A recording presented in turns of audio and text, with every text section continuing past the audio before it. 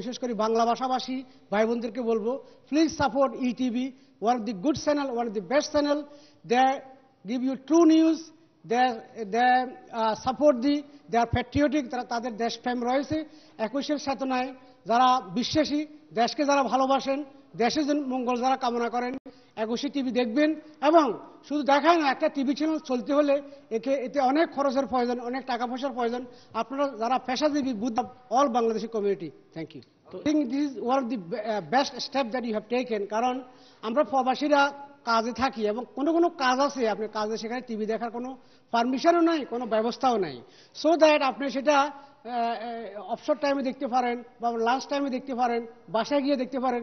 আপনারা যে এই সুযোগটা করে দিলেন, এটা it's a very wonderful opportunity আমি বলবো সবাই আমাদের জন্য, যারা বাংলা ভাষাভাষী পৃথিবীর বিভিন্ন স্থানে আসি আমরা।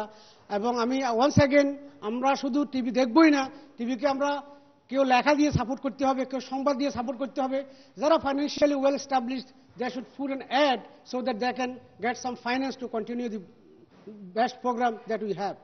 I always like to go back to Bangladesh, but because of the obligation that we have here, it's very difficult to set aside. যারা বেয়ে উঠছে, আমার ডটার এখন ল স্কুলে, এখানে আমার ছেলে high school of communication and graphic, and good news is my son is becoming advisor to the New York City mayor as the